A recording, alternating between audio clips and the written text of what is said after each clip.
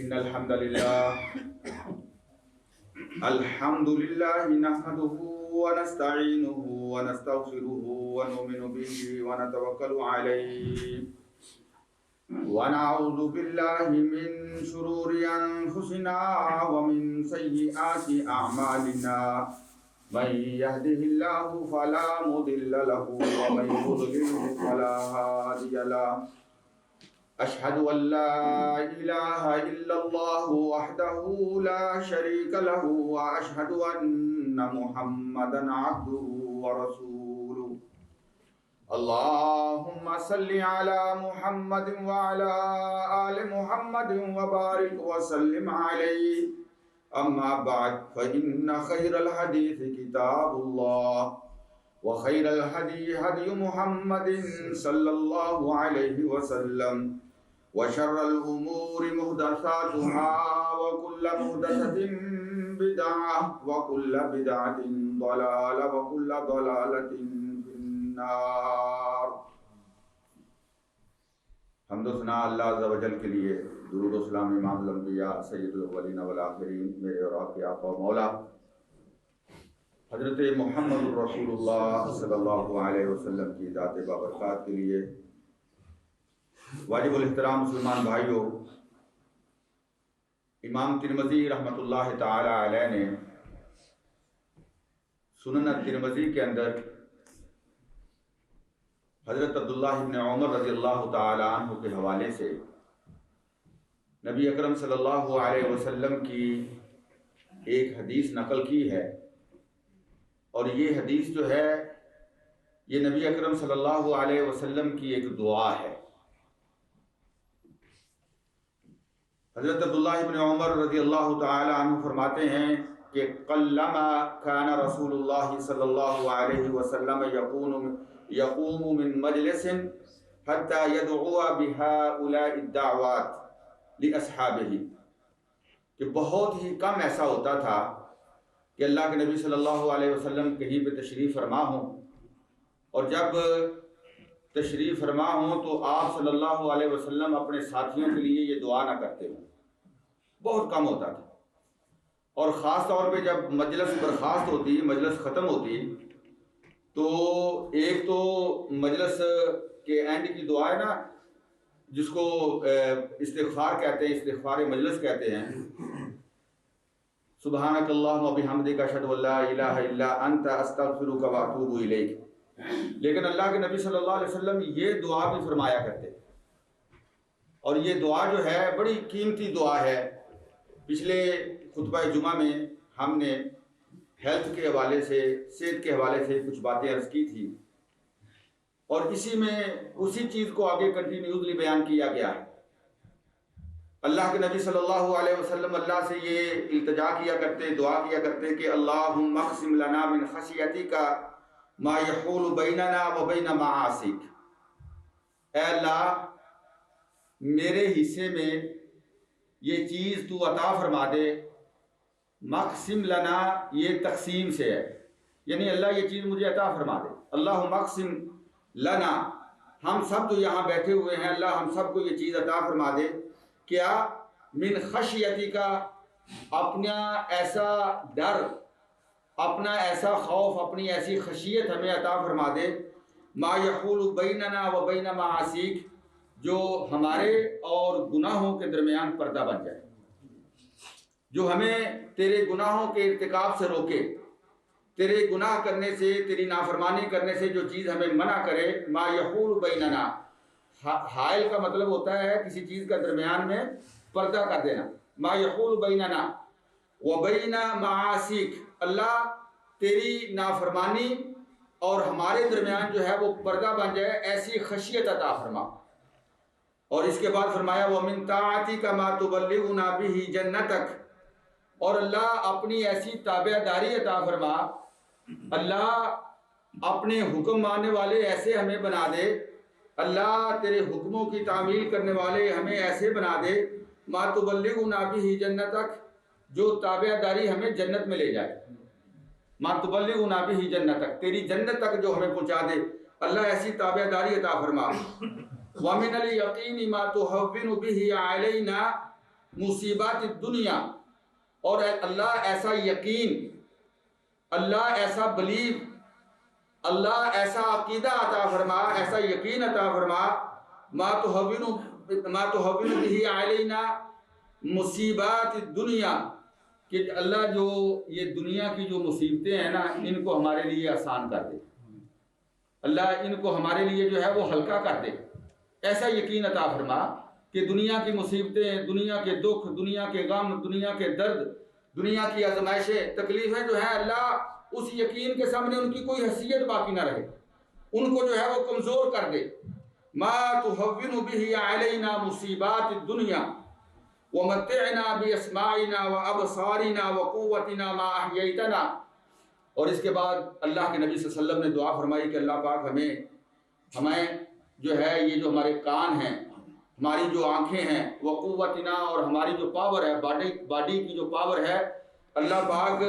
ہمیں اس سے فائدہ حاصل کرنے کی جو ہے وہ توفیق عطا فرما۔ اللہ ہم اپنی آنکھیں استعمال کریں، اس سے فائدہ حاصل کریں، اس سے جو ہے وہ انجوائے کریں، اپنی جو قوت سماعی ہے، جو سننے والی قوت ہے، اللہ اس سے ہم جو ہے وہ انجوائے کریں اپنی زندگی میں۔ اللہ ہمارے جسم میں طاقت رہے، ہمارے جسم میں پاور رہے، ہمارے جسم میں قوت رہے، ما احییتنا، جب تک اللہ تو ہمیں زندہ رکھے۔ اور اس کے بعد فرمایا وجعلہ الوارث منا، اے اللہ یہ دیکھنے کی طاقت، سننے کی طاقت، جسم کی پاور جو ہے اللہ پاک جب تک تو زندہ رکھے، اللہ ان چیزوں کو ہمارا وارث بنا دے، آخری لمحے تک اللہ ان چیزوں سے محروم نہ کرنا۔ اور اس کے بعد وجعل ثارنا علی من ظلمنا، اے اللہ جو ہمارے اوپر زیادتی کرتا ہے، جو ہمارے اوپر جو ہے وہ کسی قسم کی سرکشی کرتا ہے، ہمیں کوئی تکلیف پہنچانے کی کوشش کرتا ہے، ظلم کا معاملہ ہمارے ساتھ کرتا ہے، وجعل ثارنا، اللہ تو ہماری طرف سے اس کے لیے کافی ہو جائے، تو اس کو بدلہ عطا فرما، اللہ تو ہماری طرف سے، ہم تجھے مقرر کرتے ہیں، اللہ اپنی بے بسی کے آگے تجھے مقرر کرتے ہیں کہ جو ہمارے اوپر ظلم و زیادتی کرنے والے ہیں اللہ ان سے بدلہ تو نے لینا ہے، اللہ ان کو تو نے پکڑنا ہے۔ وانصرنا علی من عادانا، اور اللہ جو ہمارے اوپر دشمنی کا معاملہ کرتے ہیں، جو ہمارے دشمن ہیں، ہمارے انمی ہیں، اللہ ان کے مقابلے میں ہماری مدد کر، اللہ ہماری ہیلپ کر، اللہ ہماری مدد کر۔ ولا تجعل مصیبتنا فی دیننا، اور اللہ ہمیں اپنے دین، ہمارے دین کے اندر کسی مصیبت میں مبتلا نہ کرنا۔ اور اس کے بعد فرمایا ولا تجعل الدنیا اکبر ہمنا، اور یہ جو دنیا ہے یہ اللہ اس کو ہمارے جینے کا مقصد نہ بنا دینا، اکبر ہمنا، کہ ہر چیز سے بڑا ہمارا مقصد، ہمارا جو کیا کہتے ہیں ہماری زندگی کا جو گول ہے وہ یہ دنیا بن جائے۔ ولا تجعل الدنیا اکبر ہمنا، اللہ اس دنیا کو ہمارا جو ہے وہ ہم نہ بنا دیں کہ ہر وقت دنیا کے بارے میں سوچتے رہیں۔ ولا مبلغ علمنا، اور نہ ہی ہمارے علم کا مبلغ، کہ جو ہمارا نالج ہے وہ صرف دنیا کے لیے ہی ہو، جو بھی ہم سیکھتے ہیں سکھاتے ہیں وہ صرف اس سے مقصد دنیا ہی حاصل کرنا ہو، اللہ ایسے نہ کر دینا۔ ولا تسلط علینا من لا یرحمنا، اور اللہ ہمارے اوپر کسی ایسے شخص کو مسلط نہ کر دینا جو ہمارے اوپر رحم کا معاملہ نہ فرمائے۔ اللہ اکبر، یہ نبی اکرم صلی اللہ علیہ وسلم کی دعا ہوتی تھی، اور اس دعا کو ہم سب کو یاد کرنا چاہیے کہ کس طرح انسان جو ہے وہ اپنا سارا معاملہ اللہ کو سپرد کر رہا ہے۔ افوض امری الی اللہ، نبی اکرم صلی اللہ علیہ وسلم نے فرمایا کہ میں اپنا معاملہ کس کے سپرد کرتا ہوں؟ اللہ کے۔ ان اللہ بصیر بالعباد، اور اللہ اپنے بندوں کو دیکھ رہا ہے، بندے کو کہاں پہ مدد کی ضرورت ہے، بندہ کہاں مشکل میں آ گیا، بندہ کہاں پہ تکلیف میں ہے، بندے کو کہاں اللہ کی ضرورت ہے، مدد کی ضرورت ہے، اللہ فوراً اس کی مدد جو ہے وہ وہاں کر دیتا ہے جب آدمی اپنا معاملہ اللہ کے سپرد کر دیتا ہے۔ ذرا تھوڑی سی اس حدیث کی، اس دعا کی تھوڑی سی تشریح سمجھتے ہیں۔ سب سے پہلا جو اس کا پارٹ ہے، اللہم اقسم لنا من خشیتک ما یحول بیننا و بین معاصیک، اس میں نے آپ کو بتایا ہے اقسم لنا کا مطلب یہ ہے کہ اللہ ہمارے مقدر میں کر دے، اللہ ہمارے نصیب میں کر دے، اور خشیت جو ہوتی ہے یہ اللہ کا خوف ہے، لیکن ایسا خوف جس کے ساتھ اللہ کا عطا کردہ علم ملا ہوتا ہے۔ اللہ پاک قرآن میں فرماتے ہیں انما یخشی اللہ من عبادہ العلماء، اللہ سے ڈرنے کا حق کون لوگ ادا کرتے ہیں؟ جو علماء ہیں، علم والے ہیں، وہ خشیت، وہ خوف جس میں علم موجود ہوتا ہے، اور جب انسان اللہ کی خشیت کو اختیار کر لیتا ہے تو اللہ کی وہ خشیت جو ہے وہ اس انسان کو بڑے بڑے گناہوں سے بچا لیتی ہے۔ اس کا ظاہر اور باطن جو ہے وہ ایک ہو جاتا ہے، وہ ظاہر میں لوگوں کے سامنے اللہ کا ولی بن کے اور باطن کے اندر اللہ کا دشمن بن کے وقت نہیں گزارتا، بلکہ اس کا ظاہر و باطن جو ہے وہ برابر ہو جاتا ہے۔ ہر وقت خشیت، ہر وقت اللہ کا خوف، ہر وقت اللہ کا تقوی جو ہے وہ اس کے سامنے رہتا ہے، اور یہی چیز جو ہے یہ انسان کو گناہوں سے جو ہے وہ روکنے والی ہوتی ہے۔ یہی چیز انسان کو گناہوں کے قریب جانے سے منع کرتی ہے جب اللہ کی خشیت اور اللہ کا خوف اس کے سامنے ہوتا ہے۔ وَمِن طَاعَتِكَ مَا تُبَلِّغُنَا بِهِ جَنَّتَكَ، اور اللہ تیری اطاعت ایسی تیری فرما برداری جو سیدھی جنت میں لے جائے، اور جنت کا راستہ کیا ہے؟ اللہ کی تابعداری، اللہ کے حکموں کے آگے اپنے آپ کو سرنڈر کر دینا۔ یا ایھا الذین آمنوا اتقوا اللہ وقولوا قولا سدیدا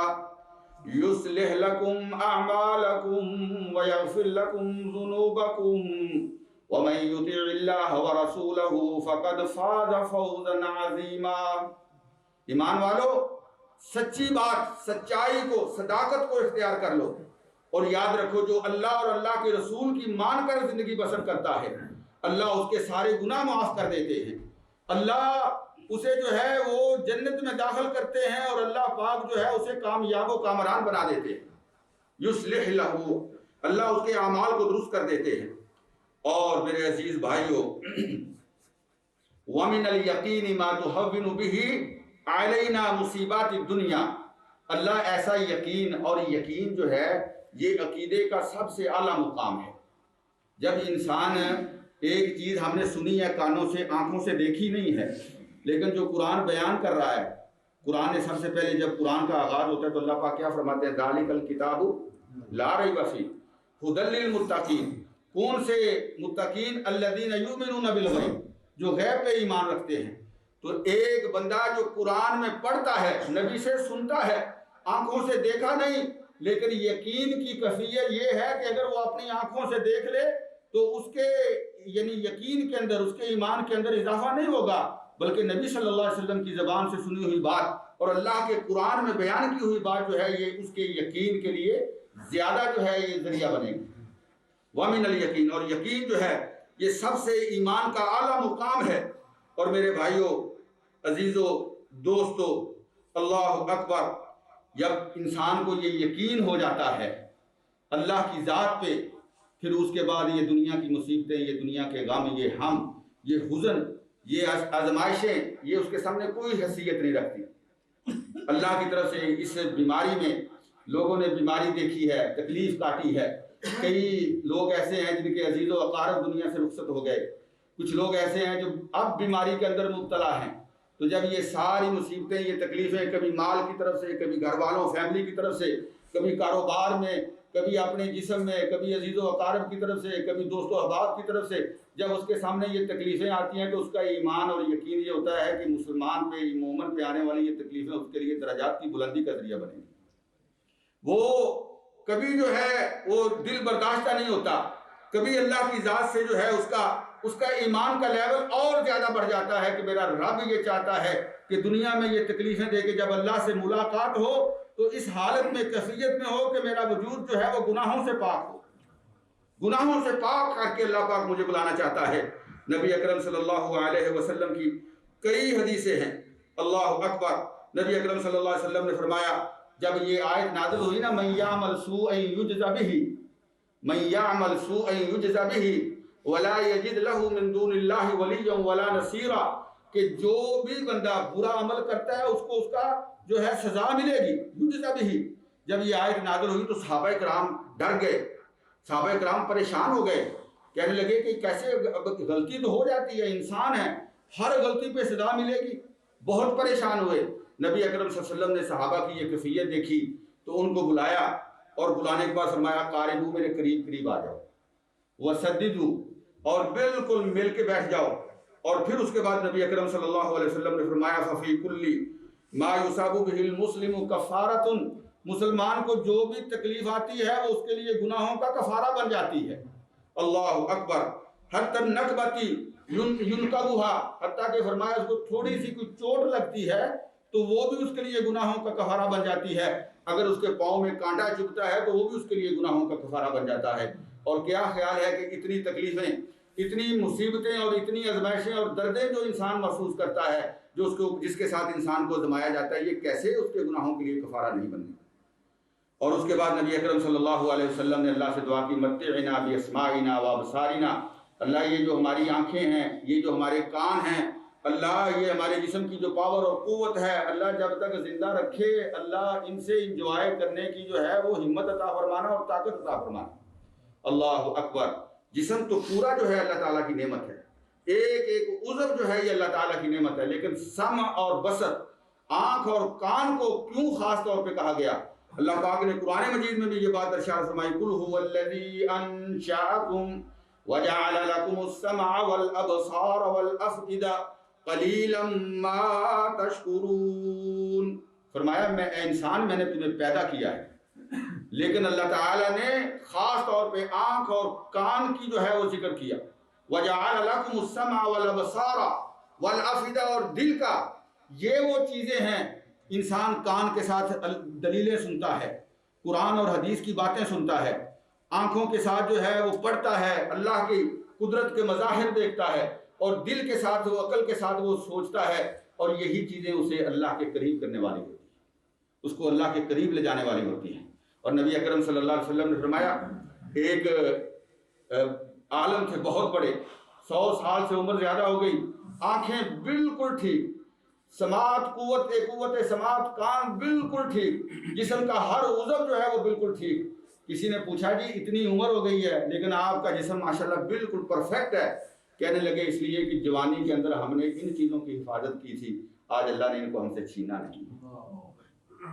جب ہم جوانی کے اندر ان چیزوں کی حفاظت کرتے ہیں تو اللہ بڑھاپے کے اندر، زندگی کے آخری لمحات کے اندر اللہ ان چیزوں سے محروم نہیں کرتا۔ انشاءاللہ اسی حدیث کو آگے بیان کریں گے، وقت ختم ہو گیا۔ اقول قولی ھذا استغفر اللہ لی ولکم ولسائر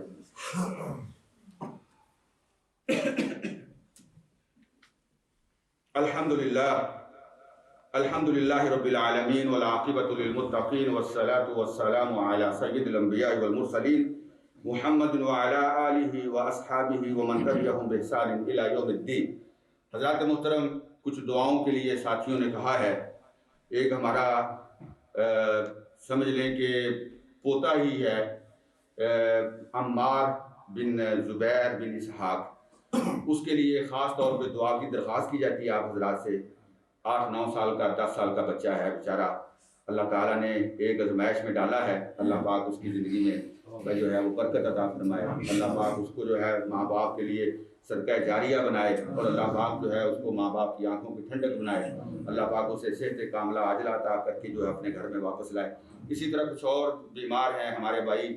نسیم صدیقی صاحب، فضل الرحمان صدیقی صاحب کے بیٹے، وہ ہاسپٹل میں ہیں، ان کی طرف سے درخواست آئی ہے۔ میری مدر اللہ وہ پاکستان میں بیمار ہیں، انہوں نے خاص طور پہ صبح فون کروایا ہے کہ ان کے لیے دعا کی درخواست آئی ہے۔ اور کئی لوگ بیمار ہیں، اللہ پاک جتنے بیمار ہیں سب کو صحت کاملہ عاجلہ عطا فرمائے۔ اللہ صحت کے خزانے تیرے پاس ہیں، اللہ زندگی اور موت کا مالک تو ہے، اللہ ہر ناممکن کو ممکن بنانا تیرا ہی اختیار ہے۔ اے اللہ پاک جنہوں نے دعاؤں کے لیے کہا ہے، اللہ پاک سب کو صحت کاملہ عاجلہ عطا فرما۔ اللہ جو فوت ہو گئے ان کی مغفرت فرما، ان کے درجات بلند فرما۔ اللہ اس آزمائش میں، اس امتحان میں، یہ جو بیماری جو ہے انسانیت کے اوپر اللہ پاک ایک امتحان بن کے آئی ہے، اللہ پاک اس آزمائش کو دور فرما دے، اپنی انسانیت کی حفاظت فرما۔ ان اللہ یامر بالعدل والاحسان وایتاء ذی القربى وینہی عن الفحشاء والمنکر۔ اللهم صل على محمد وعلى آل محمد وبارك وسلم عليه۔ اللهم اعز الاسلام والمسلمين، اللهم انصر من نصر دين محمد صلى الله عليه وسلم واجعلنا منهم، واخذل من خذل دين محمد صلى الله عليه وسلم ولا تجعلنا منهم۔ اللهم يا شافي الامراض اشف امراضنا وامراض المسلمين، اللهم اغفر للمسلمين والمسلمات الاحياء منهم والاموات، اللهم اغفر لهم وارحمهم انك انت الغفور الرحيم۔ عباد الله رحمكم الله، ان الله يأمر بالعدل والإحسان وإيتاء ذي القربى وينهى عن الفحشاء والمنكر ولذكر الله اکبر واللہ یعلم ما تصنعون۔